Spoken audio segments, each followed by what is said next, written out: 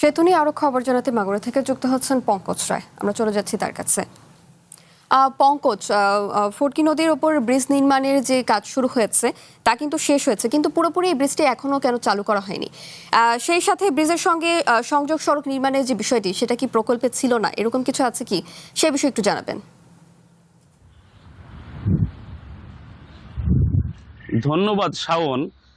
আমি আছি এই মুহূর্তে মাগুরার শালিখার আরপাড়া যে ফটকি নদীটা, এই নদীর উপর যে নবনির্মিত যে কংক্রিটের ব্রিজ, আমি এই ব্রিজের উপরেই দাঁড়িয়ে আছি। এই ব্রিজটি মূলত 112 মিটার দৈর্ঘ্য এবং যার সংযোগ সড়কটি মাগুরা অংশে 235 মিটার কাজ শেষ হয়েছে। কিন্তু আসলে এই 16 কোটি টাকা ব্যয়ে নির্মিত এই ব্রিজটির পরিকল্পনা প্রণয়নটা সঠিক না হতে এখনো ঝুলে আছে এর কার্যক্রম। এই বাংলাদেশের দক্ষিণবঙ্গের সাথে যোগাযোগ স্থাপনের জন্য অন্যতম একটি রাস্তা হলো এই মাগুরার আরপাড়া যে রোডটা, এটা ঢাকা খুলনা মহাসড়ক।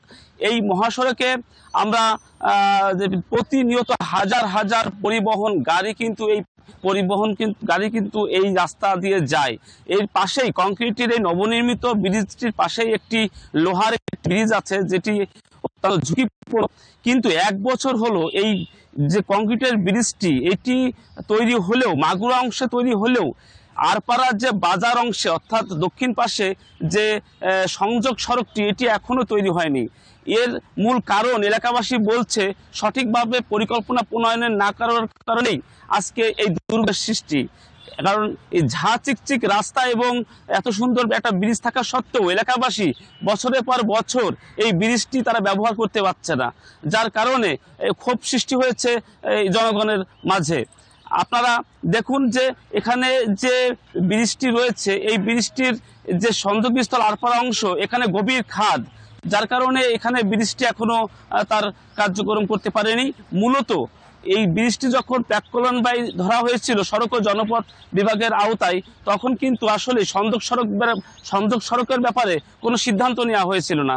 কারণ এখানে যে জমিগুলো রয়েছে, এই জমিগুলো সম্পূর্ণ মালিকানাধীন, যার কারণে এখানকার যে মালিকানাধীন যেসব জমির মালিকেরা, তারা কিন্তু আদালতে মামলা করে আসছে। এই মামলার কারণেই দীর্ঘসূত্রিতায় থেকে আছে এই আরপাড়া ব্রিজের অবশিষ্ট যে সংযোগ সড়কের যে গভীর খাদ অঞ্চল।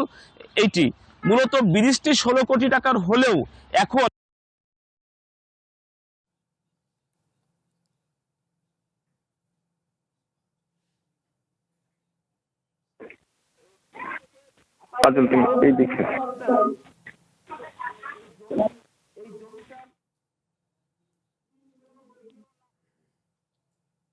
অধিগ্রহণ না হবে, মূলত এই সংযোগ সড়কটি এরকমই ঝুলে থাকবে।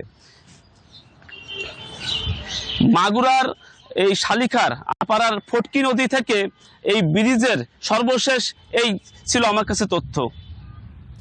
পঙ্কজ, আপনাকে ধন্যবাদ।